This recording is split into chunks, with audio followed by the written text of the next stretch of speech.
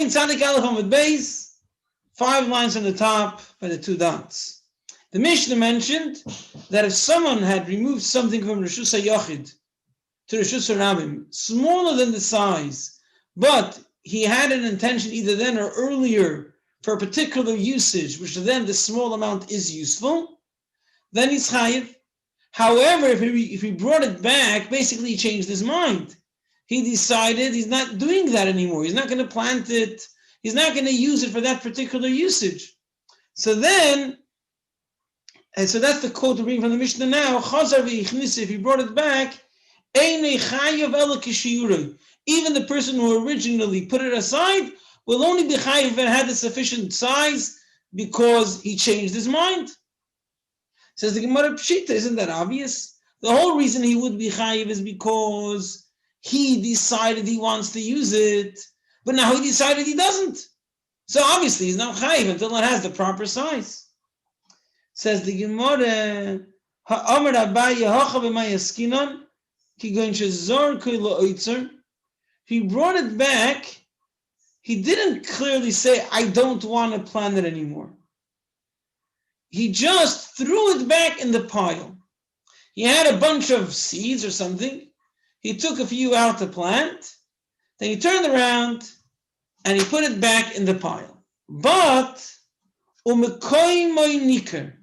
he didn't just throw it, he put it.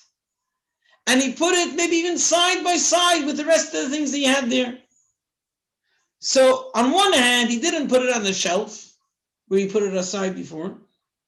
On the other hand, he didn't mix it. He didn't make it unnoticeable. He never said, I don't want to. He never clearly decided, I don't want to. He just, he took it out, he said, came back and he put it down with all the rest of the things, but on the floor or on the shelf right next to them. So you can still identify where these original seeds are. So Mao the Tema, I might have thought, since I could tell where these seeds are, the milsei kamaisekoi, he's still holding with his original thought, just like we said, but if you forgot, we follow your original thought. So maybe here, since I didn't cancel my original thought so strongly, maybe the halacha still applies to my original thought. And kamash shemalah, and that's what the Mishnah tells us, no. Since at the end of the day you threw it in the storage with all the rest of the seeds, bitulei batle, that's considered that you nullified your original thought, and you're not intending to plant it, and therefore it's not important. But that's the end of the Mishnah. We finished with the sizes, and now we're moving on to other halachas in hoitzah, in removing things from one domain to another, which has the most details, the most halachas in it. Hamoitzi yoichlin, one removes food, but v'nosnon al ha'askupa, he put it down first on the threshold before he took it out. We'll see soon what type of threshold this is. Bein shechazar v'hitzion, whether he then picked it up from the threshold and took it out to the street. Bein shoitzion acher, whether someone else came and took it out. Potter.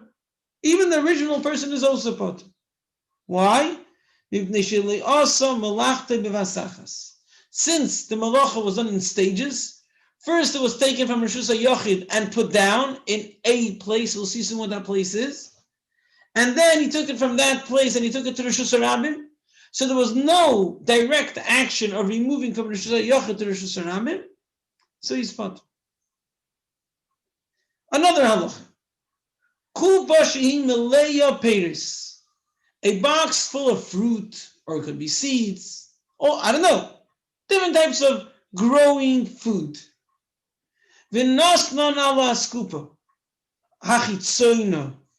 He put it on the outer threshold, which means he put it on a place which we'll see soon is clearly Reshus HaRabim, but he put it on the threshold a bit outside, which basically means part of the box is inside, part of the box is outside.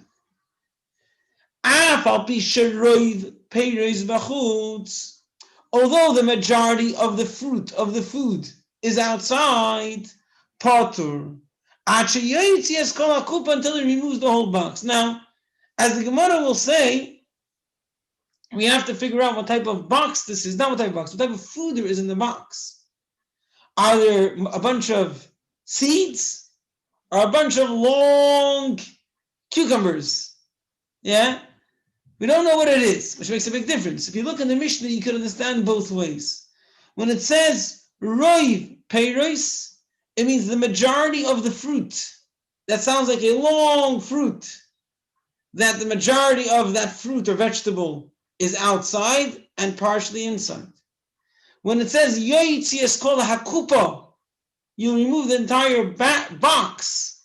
That sounds like that the box has a bunch of small fruit, and part of the box is outside, part of the box is inside. So although you have a bunch of apples outside, but some of the apples are inside, and therefore it's potter because the box is one box. So there's two ways how you could learn this Mishnah, as we'll see soon in the Gemara. So let's first talk about the threshold. What is a threshold? Now the rule is like this. Any object in the street which is 10 tfachim high and 4 tfachim wide is a Rishus HaYachid. Anything which is lower than 3 tvachim is Rishus HaRabim. Anything which is between 3 and 10, if it is wide for, excluding 9, leave that aside. If it's wide for, then it's a Carmelis. That means the Rabbanan you cannot remove from there to Rishus HaYachid or Rishus HaRabim and vice versa. And if it's more narrow than 4, then it's a Makim Ptur that you're allowed to put there from Rishus HaYachid or from Rishus HaRabim. Now, thresholds is a very wide concept. It could be like a step coming out, 10 tvachim high, and then you go down to the floor. Or it could be a threshold. It's like almost by the floor outside, which basically means it's less than 3 tvachim.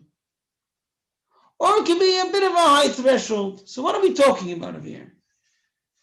Says the Gemara, high askupa, this askupa, what type of threshold are we talking about? Elim, if you'll say, askupa Rishus HaRabim, it's a threshold which is considered the Rishus HaRabim. It's less than 3 tvachim, higher than the street. Then patur, he is patur. Hakomafik Rishus HaYachid Rishus HaRabim. When I take it from the house and I put it on the threshold, I already took it outside. Who cares what's going to happen later? It's none of my business. I already put it outside. Ella, what are you going to tell me? A scuba Rishus HaYachid that is 10 tvachim high, 4 tvachim wide. So why does the Mishnah say afterwards? Bein shechazar v'yitzir, whether I took it out later, bein sheyitzir nacher, whether someone else took it out later. Potter. Why? Why is he potter? Hakam mafik Rishus HaYachid Rishus HaRabim. This threshold is Rishus HaYachid. When I remove from it afterwards to the street, I now remove from Rishus HaYachid to Rishus HaRabim. So what's this 2 steps? It's not 2 steps, it's 1 step.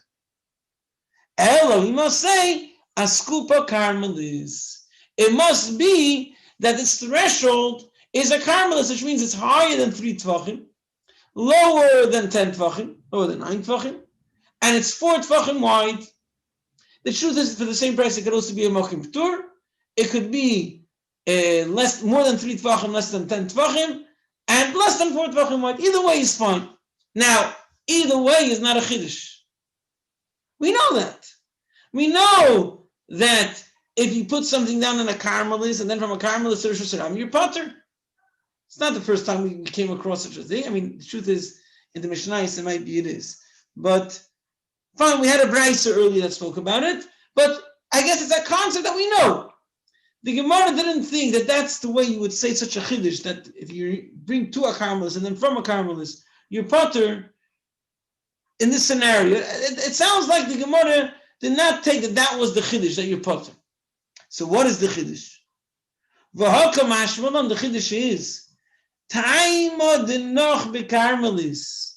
The only reason you're pottered is because you put it down on the threshold. If you just walked outside, now what's the problem? I went from Rishus HaYachid, I passed a carmelis, and then I came to Rishus HaRabim. So maybe I should be potter. So no. You are chayiv. Because masnis the like ben azay, we don't follow ben azay. The Tanya ben azay, it says in the Braysa, amoitzi mechanus leflatya, one who removes an object from the store to the road, derech stav, through the storefronts, which were covered with the roof, and therefore were considered a Carmelist. And people didn't just pass by there.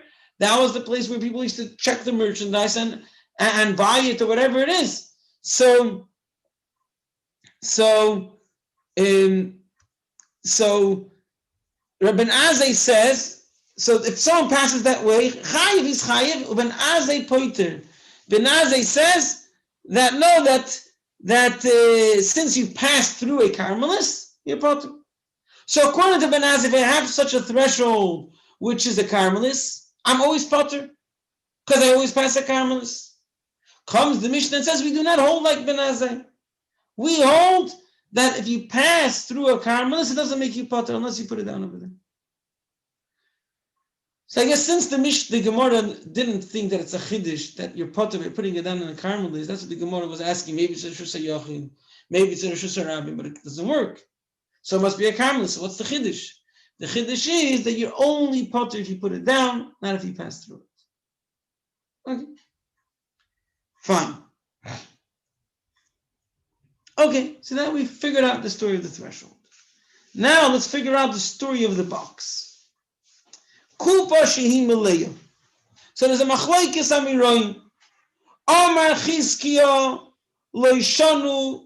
The Mishnah was not speaking ela bekupa meleya kishuyim v'diluim. Only in a box which is filled with zucchini or with cucumbers or with butternut squashes, with large vegetables. And therefore, not one entire vegetable has been fully removed from Rosh Hashanah. Obviously, not only that, but that's just the other extreme. It was full of mustard seeds. Chayiv, he'll be chayiv because a bunch of them already left the house. Who cares that they're in a box? Doesn't matter. They left the house. Also, we see because Sarvar Chizkiya holds eged kli. The fact that things are bound in the same vessel, lo yishmei eged, it doesn't make it one entity. It's considered a bunch of small details. Rabbi Yochanan Amar, no. Afilu meleya chardol potter. Even if it's full with mustard seeds, he's potter. Alma, so we see Kosovar, he holds eged kli shmei eged. The fact that things are all united in one vessel and one utensil, that makes that it's considered one entity, and therefore you're not chayiv unless you remove the entire thing. Fine. Says the Gemara, Amar Rav Zera, we have a problem. Masnis in our Mishnah, it doesn't go smooth, not like Chizkiya, not like Rabbi Yochanan. It doesn't fit well with Chizkiya, which says that you go by each vegetable, and if one vegetable was totally removed, he'll be chayiv. The Katani, it says, Achiyeitis kol akupa. You only chayiv if you remove the entire box. Time with the kol akupa, only if you remove the entire box. So kol apeiros, if I removed an entire vegetable in the box, potter, that sounds like Rabbi Yochanan. Almost we see Kosovar, the Mishnah holds, eged kli shmei eged, that it is considered united. Rabbi Yochanan, it doesn't fit with Rabbi Yochanan either. The Katani, it says, Abal bisharei peiros bachutz. Although the majority of each vegetable was outside. Time of the Reiv Peiros.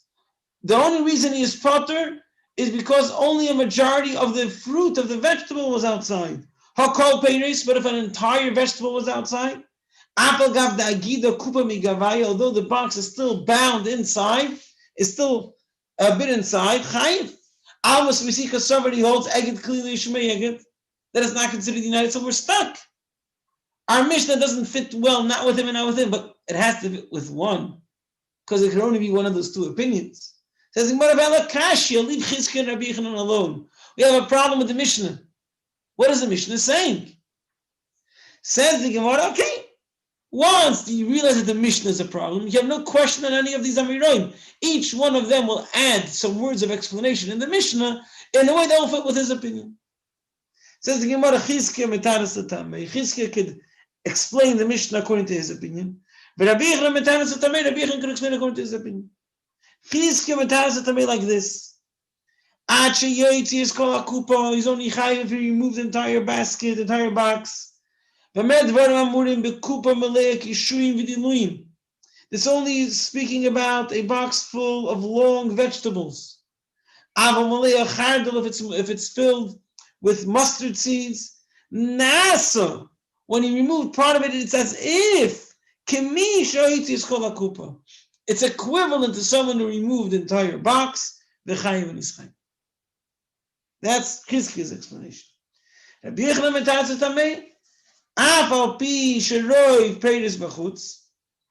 That he's pottered even if the majority of the vegetables was outside of the house. And then what does the Mishnah continue? It's basically saying like this. Not only if the majority of the fruit was outside, even if entire vegetables, whole vegetables were outside, he's still potter. Until he removes the entire box. Kibala Batish, you can understand much better Rabbi Yechanan's explanation. It flows much better in the Mishnah. It's saying, even though the most of the fruit is outside, and not only that, until he takes the whole box outside. But if you hold that the box doesn't make any difference, why are you mentioning the box altogether? And then he's saying, and if you move the entire fruit, it's like the kupa. What's the kupa? If you don't hold that a keli causes to be one entity, so why are you saying it's like I took the whole box? Where does this concept of the whole box come from? Since when is it an entity? So I don't know. I don't know the answer how Chizkiya's explanation could fit smoothly in the Mishnah. I guess people can offer later their explanations. 1 second.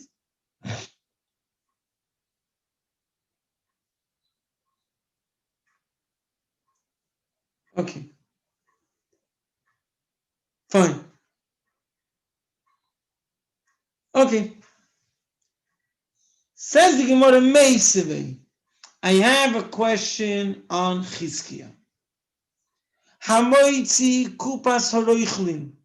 One who removes the box of a peddler, and the peddlers would travel from town to sell good-smelling spices, perfumes to women, and all in very small quantities. So had a big box with a bit of that, and a bit of that, and a bit of that, and a bit of that. So typically, the box had a bunch of small objects, right? So if someone removes that box with these small objects, and he put it on a skuba chitzoina, on a threshold which part of it is outside,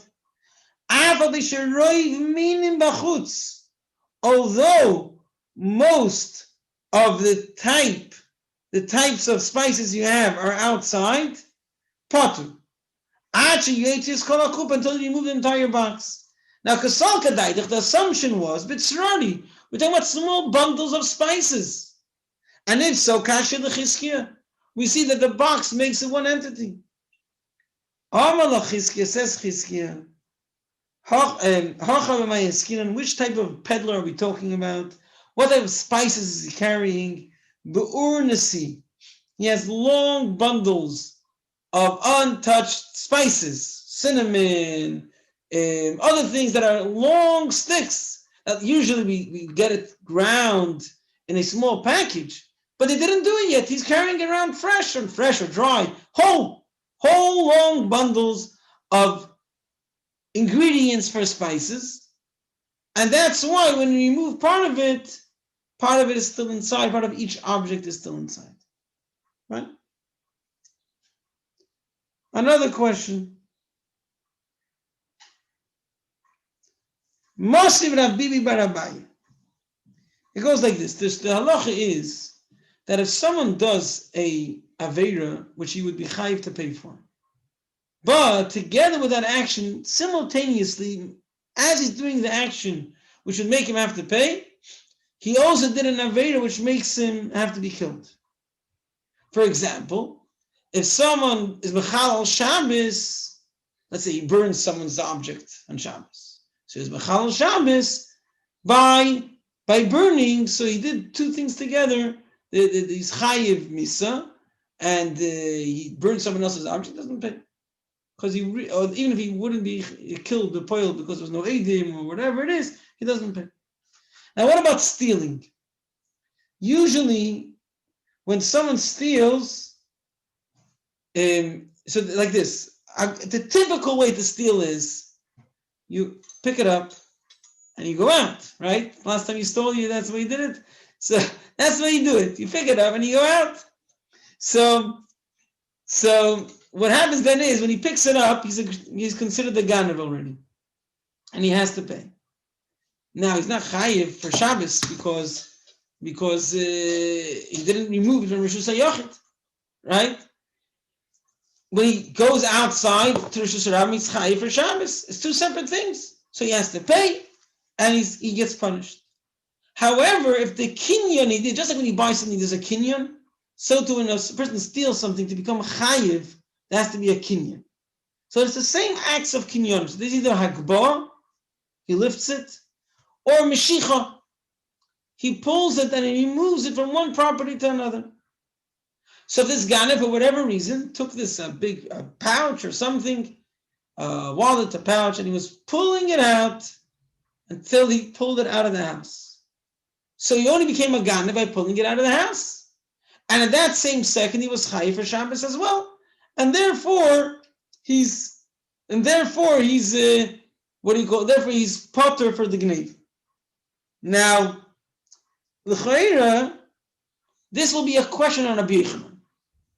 If the person's a ganav, he's a smart ganav, he goes to a rich man's house. Probably in his pouch, there's lots of small. He didn't have bills then, and lots of small golden coins. So when he's pulling out that pouch, he doesn't pull it out in one go. It takes a few seconds or a few split seconds. So first, he stole the first few coins, but he's not chayiv for Shabbos yet, because it's one big pouch, and he's not chayiv until he removed the entire pouch. So we see that no, he's chayiv for each coin alone, and that proves what Chizkiah said, that you don't look at the whole pouch as one entity. That's Masir Rabbi Rabbi. Hagoynev kis b'Shabbos, one who steals a pouch, a wallet on Shabbos. Chayiv, although it's Shabbos, why? Shekvar is chayiv b'gneva. He was already considered a ganav when he lifted it. Koydim sheyavel the Isur Shabbos, before he removed it from the property, which is the Isur Shabbos. However, if he was pulling it out, potter. Why? Shari Isur gneva v'Isur Shabbos, b'im ke'echad. They come at the same time. Now, asks Rabbi Bar Abaye, v'isol kadaitoch, if you would say, eget clean, shmei eget, that when something is in one keli, it's considered one entity. Kodim le'isur gneva le'isur Shabbos. First, when he removed part of it, he's already chayiv b'gneva, and he's only chayiv on Shabbos and removed the entire pouch. So this is a raya against Rabbi Yochanan that he's chayiv on each bit alone. Says the Gemara, ida afki derech piv. If, let's say there was the strings that were holding on the pouch were this side, and this is the opening where you had put the coins inside, and he was pulling it this way, yes. The second he pulled it out of the house, he was able to take some coins and put it in his pocket. It's in his control, in his property, and therefore he's already chayiv gneva on those coins, and then you would have a good question that like the gneva and Shabbos didn't come together. Hachan b'mayaskinon. What are we talking about over here? The avke derech shulav.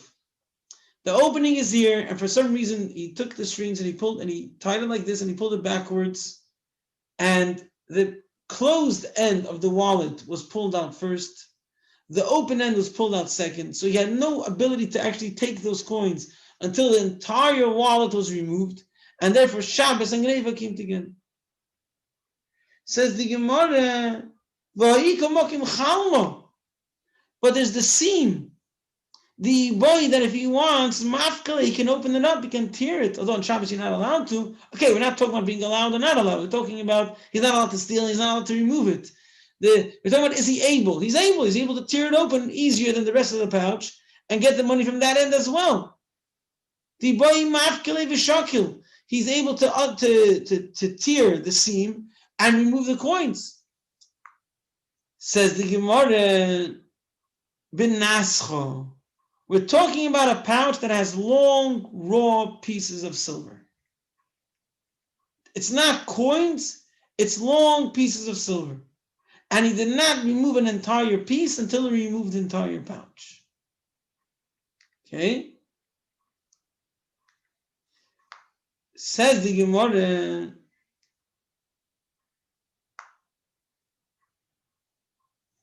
the kevon the ikoshnotzin. Usually these pouches have like these strings. So the strings make it easier for you to pull it up and then to open it up. So you have access. If you have access, you're chayiv on gneva. The kevon the ikoshnotzin, since it has strings, he's able to pull it up to the opening of that pouch. Vishari, open up those tied strings. Vishakim, and and he could take out those pieces of silver. However, the strings are still inside the house. So according to Rabbi Yochanan, on Shabbos he'll be potter because part of the keli is still inside. But for Gneva he'll be chayiv. Says the Gemara, we're talking about a pouch without strings. Viba is same with the islay.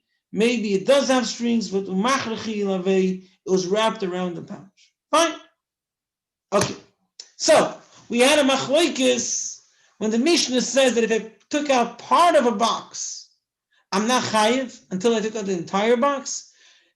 Does that apply even when entire objects were removed? We have a box with a lot of small objects, and some complete objects were removed. Do I still say that since the box was not removed, he's potter? Or do I say, no, each object is an object on its own? So Chizkiah says each object is an object on its own. The Mishnah is talking about long objects. And Rabbi Yochanan says, no, the box makes it one thing. Now in the Mishnah, it's like going back and forth. It says in the Mishnah first, even if you remove the majority of the foods, which means most of the piece of the long food, and then it says you only chayiv if you remove the entire box. So what do you need to remove entire food, the entire box? So Chizkiah says you need to remove the entire food, and he's telling you if you remove the entire food, it's like you remove the entire box. And Rabbi says no. The Mishnah is saying you have to remove the entire. Since you didn't remove the entire food, you're potter, and not only that, until you remove the entire box, you're still potter, even if it's small foods. Fine. So to summarize what we said till now, we started off with someone who put aside a small object less than the sufficient size, and he removed it on Shabbos to the street, and then he brought it back, which sounds like he changed his mind. So he's potter. Says, well, obviously he's potter. He changed his mind. Says, no, he didn't clearly change his mind. He just came back and he put it down with all the rest of those objects. But you can still see where it is. So I would think, since I could see where it is, then it's considered that I didn't change my mind. We say no, since it's with everything else, you changed your mind. Then we spoke about a threshold. So the Gemara explains it's a threshold which is more than 3, less than 10 tvachim high, 4 tvachim wide, which is a carmelis. And the Mishnah says that if I remove something from the house, put it on the threshold, and then took it outside, I'm potter, because it rested on a carmelis in the middle. Okay, obviously. The chiddush is that if I walk through the carmelis, then I would be chayiv. Not like Ben Azai, which says that walking through the carmelis already makes you potter. Then we spoke about a box. If I remove a box, the Mishnah says, and only part of it was removed outside of the Rishus HaYachid, then I'm potter. So the question is it only talking about long objects or also small objects? Chizkiah says only long objects. Bechel says even small objects. And in the Mishnah you could prove both ways, so you can't really prove either way.